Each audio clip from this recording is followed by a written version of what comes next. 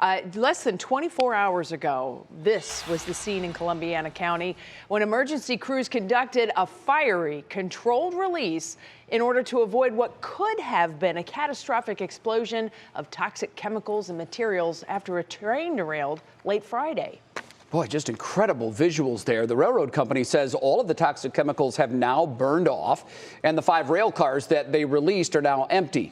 We have team coverage for you on this story. Emma Henderson is live at the high school in East Palestine, where she spoke to people that were impacted by all of this. But first, Neil Fisher joins us on set with what officials said about this afternoon. They were talking mostly about the chemicals last night, and they noticed a small degree inside that evacuation zone where officials said that they had light readings that but weren't all too concerned with.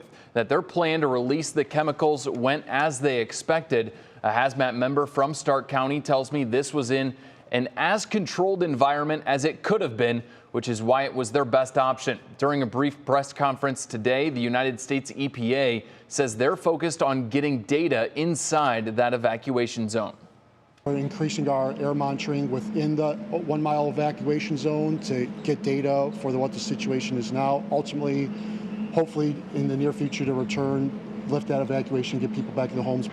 The EPA did respond to several calls because of the odors and smoke in other communities outside the evacuation zone, but the EPA did not find any levels of concern outside that evacuation zone. Groundwater and air quality will continue to be watched by the EPA and local hazmat teams to ensure it's safe for residents to return. But officials at the press conference had no indications that could be anytime soon. We'll hear from that member of the hazmat team coming up at 5:30.